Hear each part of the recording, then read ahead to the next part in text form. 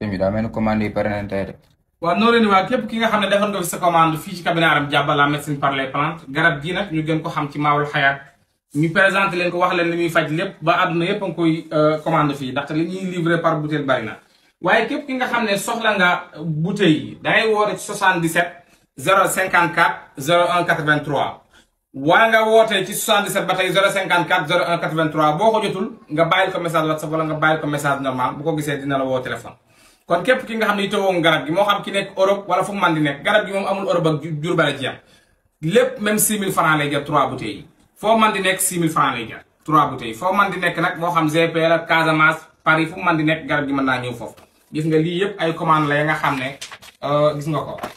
ci garab gi. kon képp ki nga xam ne yittewoo na ko wootee ci numéro yooyu noonu bu ànd ak dogal suñu borom bi foo mën di nekk di nga jot ci garab gi incha allah rabbi kon 77 054 01 83